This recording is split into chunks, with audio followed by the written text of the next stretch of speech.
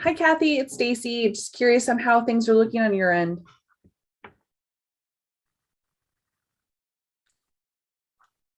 The video is up and running. I just have to log into eScribe real quick and we should be good to go.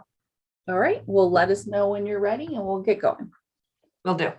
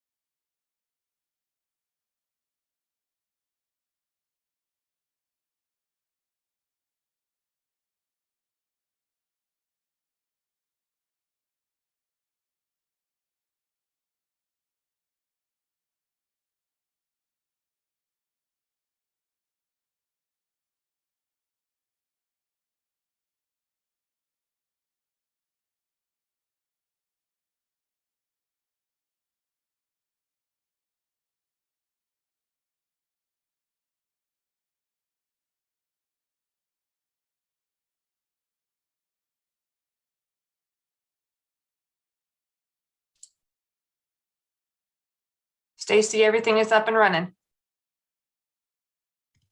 Great. Thanks so much. Well, good morning, everybody. I will call today's Public Safety and Health Committee meeting to order. It is Wednesday, March 2nd, and we are still continuing to meet virtually in these hopefully waning days of the pandemic. But you can continue to be in touch with all of us on council and go the best source of information for how to join meetings, see what on the upcoming agendas for various meetings, and comment on upcoming city council items is to visit www.ci.missoula.mt.us/webcasts.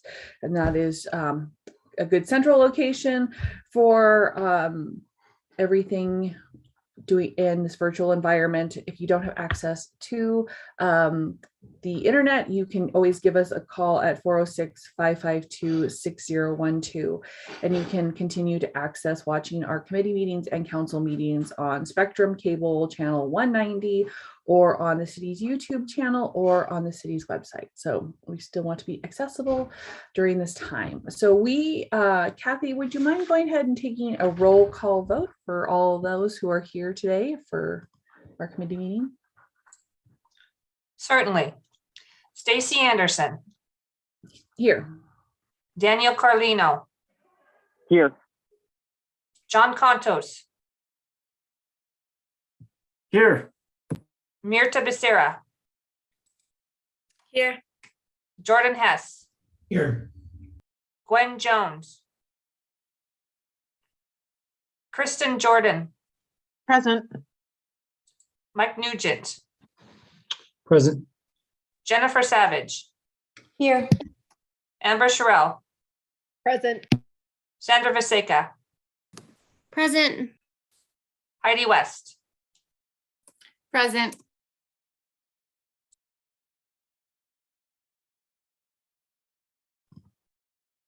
Okay, thank you so much for that. I would call for public comment, but we currently have no public in the attendance today. We do have approval of the minutes from the last time the Public Safety and Health Committee met, which was January 26th, where we had a presentation from Deshane Barnett from the City County Health Department on what was happening in our community in regards to the COVID-19 pandemic. So are there any additions or amendments to the minutes?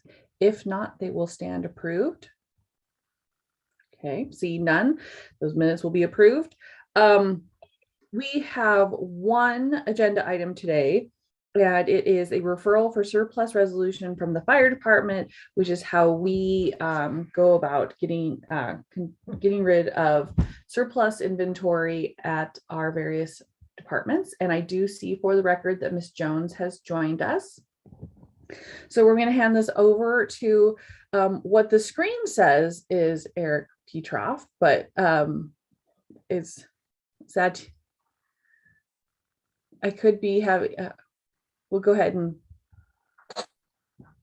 Yes, that is correct. So Eric Petroff here with Missoula Fire Department. I'm in charge of the fleet and facilities over here. Brad wasn't able to make it. He's in some assessments today, so I'll be trying to do this for him. So I'm here to see about surplusing Unit 3227, which is a 2003 Pierce fire engine. This unit has met its useful life with Missoula Fire Department, and our newest engine went in service 3 weeks ago. So we'll no longer be using this engine in our fleet. We have made a few changes to the referral under the financial implications, as you guys can see. So the first one is, you can see we added sold or traded to any county or public subdivision. So this is how we've sold the last 3 of our units, 2 to Stevensville and 1 to Stevensville Rural. This allows us to sell directly to a local Montana Fire Department. We're actually having really great success with this.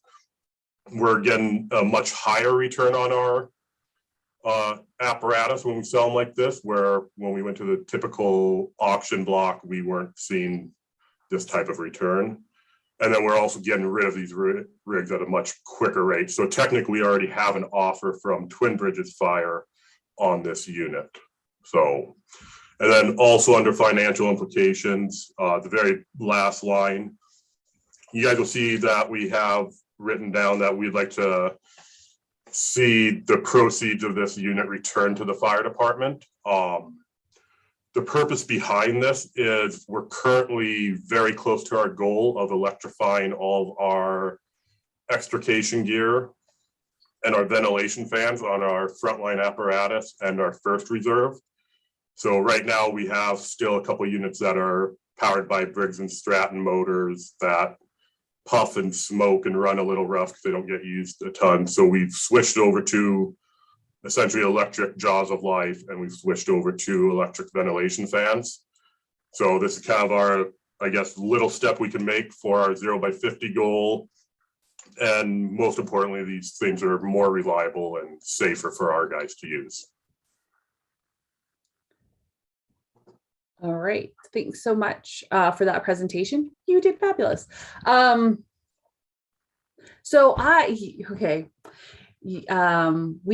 don't know if we've ever, in the previous times that we've discussed, this is a pretty routine agenda item, and I love the fact that we are helping out other Montana municipalities, and I mean, it just seems like a win-win all the way around. However, the request to have this returned to the fire department, I don't know if we've had that before. I see that Mr. City Attorney Jim Nugent is here in the committee. And I don't know, gosh, wish that Mr. Bickle was here. So why don't we, I see that Ms. Vasika has her hand raised, and she can either, I'm guessing, either make the motion or ask a question. So I'll turn that over to her, and let me see about that quick request to have that. I don't know if we can do that in committee today. Thanks. So I guess, Stacy, you confused me a little bit. So we're selling it from our fire station to a different fire station outside of Missoula. Is that correct? Okay, so you were just saying from fire station to fire station. Okay. Sorry, yes. So what he was Okay. talking about, Twin Bridges, I mean, he was the instead of sending this to auction, allowing it to be sold to other municipalities like we have in the previous 3 items. And so it goes to another jurisdiction here in Montana. Oh, okay. Well, I'd be really happy to put this motion on the floor. I think that I guess reduce, reuse, recycle as much as you can. So yeah, really happy to support this. Okay, great. That motion is in order. Any discussion on the motion? Yes, Miss West. You're muted. I keep accidentally double clicking the mute button. I feel like anytime the fire department like rents out their rigs and sends employees to, fight fires, that money goes back to them. So I feel like this is in line with what we've seen in other cases related to the fire department. So I would feel comfortable with that money returning to, specifically to the fire department, but we should probably get clarity around it. But and generally I support this. I think it's a great opportunity for smaller communities in Montana to upgrade their equipment. And I think being able to work directly with the community versus having to go through auction is timely and, better for everybody.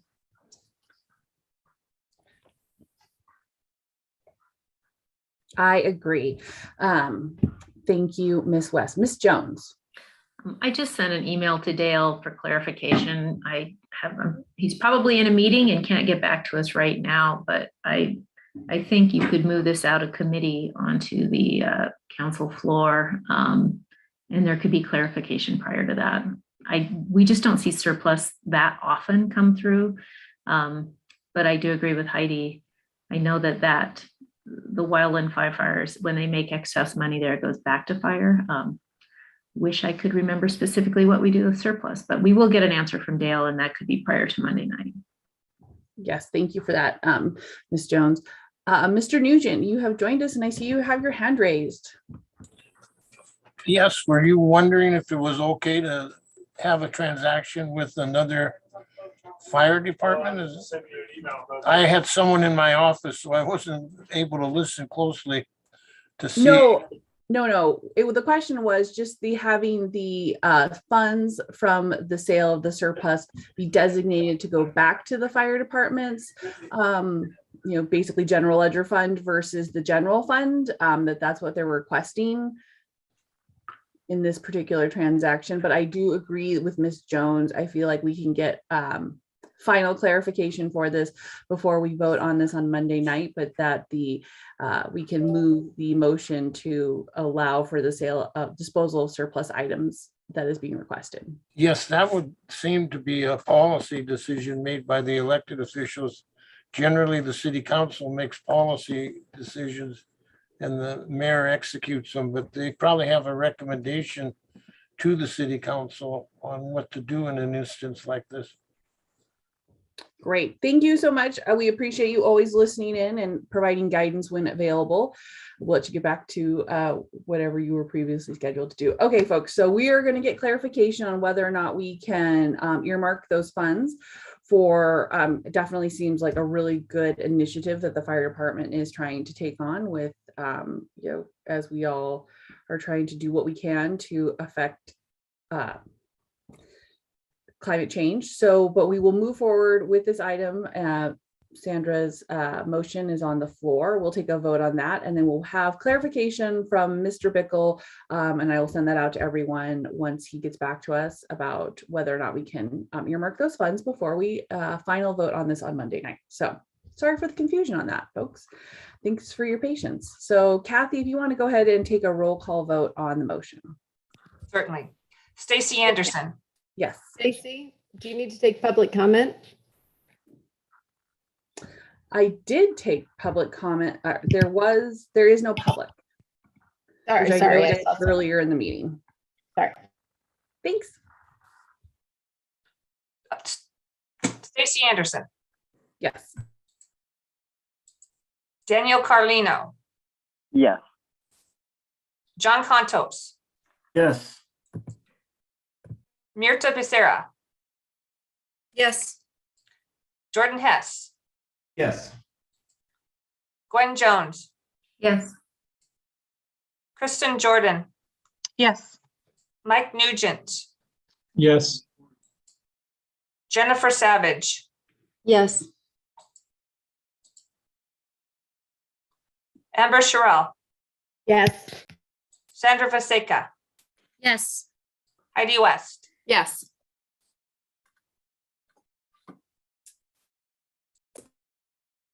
All right, folks. Well, thanks so much for that.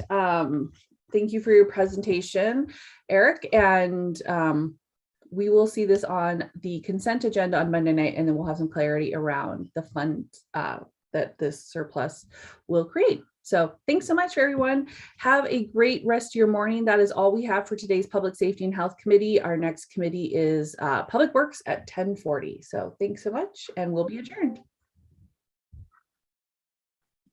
Yep.